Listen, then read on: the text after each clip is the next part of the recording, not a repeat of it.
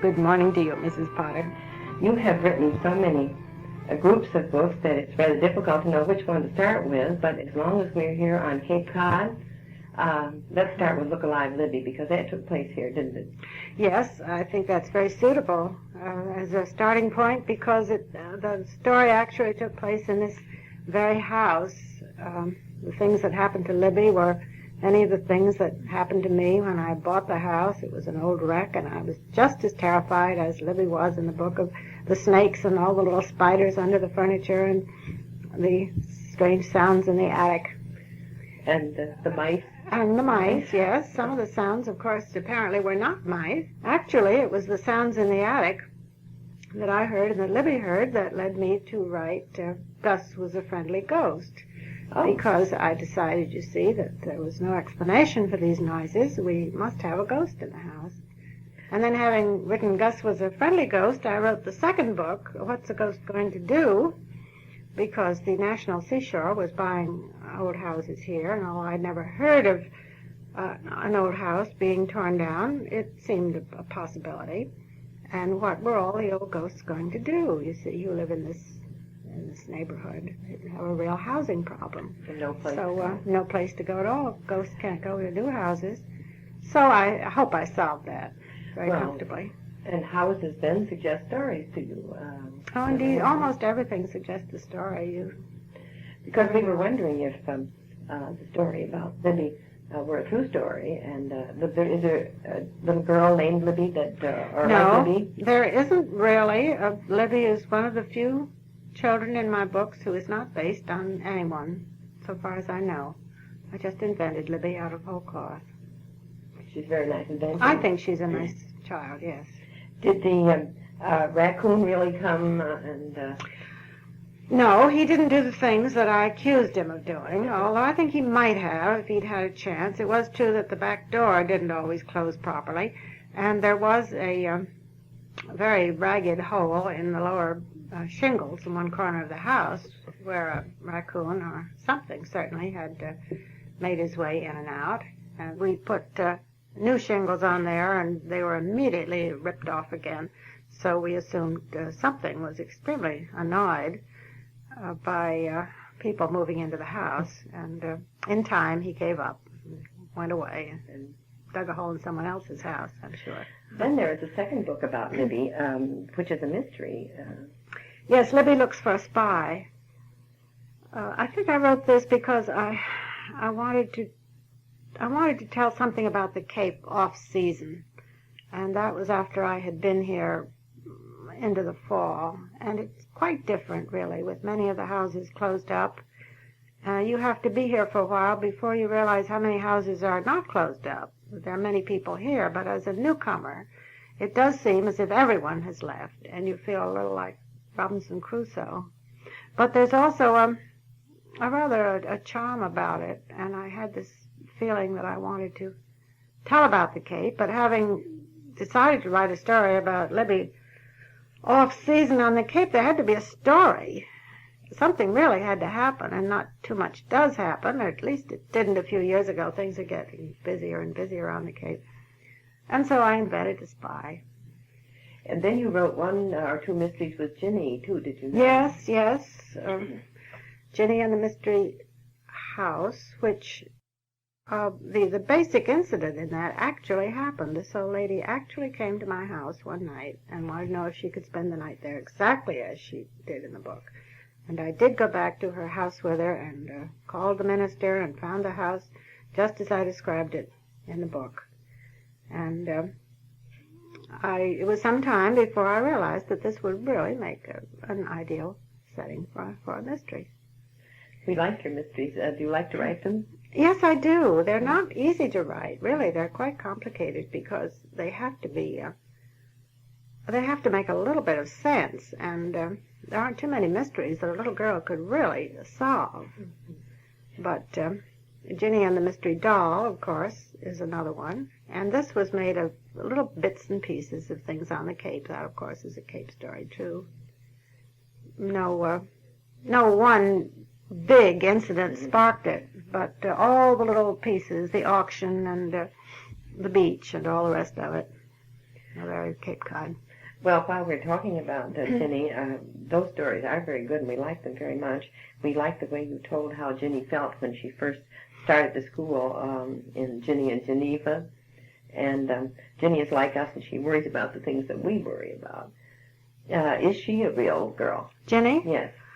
Yes, she is, and actually you're talking to her right now. Oh, that's how you know so well. And actually, Geneva is based on my best friend at that particular age, who is still a very good friend of mine. A very amusing thing happened recently. Have I time to tell you about this? Well, she lives now in a town on Long Island, and not long ago I was invited to go to a school library in that town to talk to some children very informally. And because the librarian there knew my friend who lived there, she invited her to come along. And of course, when she told the children that she had a great surprise for them, Geneva was there. You should have seen their faces. And they didn't even seem to mind that she was a middle-aged woman, as I am.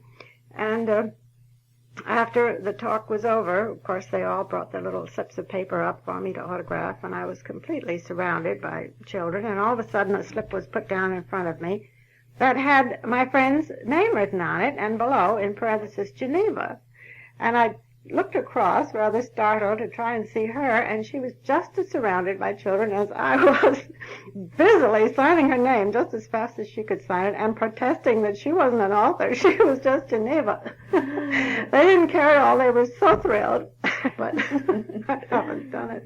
How do you decide on names for your characters? Well, I've worn out 2 or 3 dictionaries. I think the characters in the picture books are the more difficult to name because I like to make them a kind of fitting name. The ones in the books, the older books, is just a matter of a feel for the name. Kathy, for instance, was the only name in the Kathy books that I could come on that sounded just right to me for Kathy. We thought that the name Zabriskie for the boxer dog and Ginnie and her juniors was what the name. Well, Zabriskie is an old Dutch name in New Jersey. And this is not a dog that you knew. No, it's not a dog that I knew at all. Well, now the boys' book was about David and his trains. First, is David a real boy? David is a real boy. David is not his name. He's a grown-up man now, and he was married 2 years ago. In fact, it was his wedding that I went to on Nantucket that inspired Ginnie and the Wedding Bells. Well, did he actually earn 200 pennies for the fact for his... I don't recall that he did. He was mad about trains, and all that part of it is absolutely true. Anything with wheels on, I remember. He wanted something to take to bed with him that had wheels on it. Again, I think it was a matter of bits and pieces. A friend of mine had taken her little boy to the bank and changed a dollar bill for 100 pennies because the dollar bill had not interested him in the least until she told him that he could get 100 pennies for that dollar. And this was quite a different story. He took it to the bank and got them. Then the part about David stopping the train, this was made up. That was made up, yes. The boys remark, and the girls too, because they both read this, that David certainly did a lot of bad things in David's Railroad, didn't he? But they were the things that yes, he did do a lot of bad things. I think reviewers commented on the fact that it was unusual to write about a naughty little boy. They rather approved the idea. Well, I think we like it for this reason, because these are the things that we do sometimes. And we feel inside like he felt. He wanted to stop being naughty, but he couldn't. I know. I tried to get some help from parents on how to handle these situations. I said to one friend, what would you do if your little boy insisted on staying in the basement playing with his trains, no matter what beautiful weather was going on outside? And she said, oh, goodness, I don't know. You write the book and tell me. So I didn't get much help. The last one in the David group was David's campaign buttons, right? Yes. Mm-hmm. And this was based on an actual campaign that I took part in. I was one of the poll watchers and whatnot. And one of the homes was open for people to drop in for refreshments and coffee and so on. And I became aware of all the children who had been parked there, and these little faces would appear at every door, and someone would hand out a graham cracker, and they'd disappear again. And I thought it would be fun to do one of these books from a child's point of view, because they all had buttons, of course, and had distributed flyers and all that kind of thing. Now, you said David was very fond of electric trains. Did you collect them or anything like this? No, I didn't, and to be sure my material was all correct, I remember having a long interview with a manufacturer of electric trains, because I had to be sure everything was right. Apparently it was. I never had any complaints or criticisms from anyone. Do you particularly like to cook? Because Ginnie does. Yes, I like to cook very much, and I think it's true that you can't be lonely if you're busy fussing around a kitchen and cooking. Is Kathy a real girl? Kathy is based on a very real girl, who is all now, who is also grown up. Was she a reporter? No, she never was. I was a reporter, actually, years ago. I was a reporter to a New York paper, a local reporter, and handled it just as Kathy had to. But again, it was just an experience that tied in very well with this particular child. There will be some more Kathy Leonard stories. Well, one is coming out this fall. Actually, it's a story about Chris, the younger sister. But there's more about Chris in it, a good deal, than there is about Kathy. Kathy appears in it, of course. She's part of the family, but it's Chris's story. And how about Ginnie? Of course, there will be another Ginnie. Well, yes. Actually, someone said to me not long ago, would there be any reason why you couldn't go back and write a story about one of these girls when she was younger? And I said, no, there's no reason in the world why I couldn't do it. And I might do that sometime. When did you start to write, do you know? Well, my first book was published in 1944, and that was really the first thing I had ever sent to a publisher. So that was, I suppose, when I began to write. Did you write as a child, though? Yes, I did. I made up stories, and I was mad about having stories read to me, of course, and the excitement of the public library. To me, it's still one of the most exciting places in the world. I'll never forget the wonder of discovering these books on the shelf, one after another. And then I did write some. I wrote some for the high school paper, and I never took a writing course in college except one in playwriting, oddly enough. Did you? What did you like best in school? Do you remember? Reading. Did you have school libraries? No, we had no school libraries. You had rooms? Never. Books in your rooms? I don't recall any books in our rooms. There was simply a reader. But I can remember the excitement of getting a new reader and rushing home at noon with it and having it read through practically the first week. The smell of the fresh ink and the paper was very exciting to me then. How on earth you keep all of your sets of characters straight and keep their characteristics and everything so that they don't get mixed up? I think this is because they're such real people to me that I wouldn't confuse them any more than I would confuse friends. You have to know your characters so well, just as you have to know a physical background so well, that you couldn't possibly slip up and have the stairs in a wrong place, you see, or something else slightly in error. It has to be absolutely real to you. Now, about your picture books that you have spoken already, you do those under the name of Jane Thayer, right? Yes. And why do you use a pseudonym or a pen name? It never was my idea. It was my editor's idea some years ago, and for the very simple reason that apparently bookshops and librarians won't buy too many books by one author in a year. I had 4 books coming out that year, 2 of the longer books, a collection of short stories, and my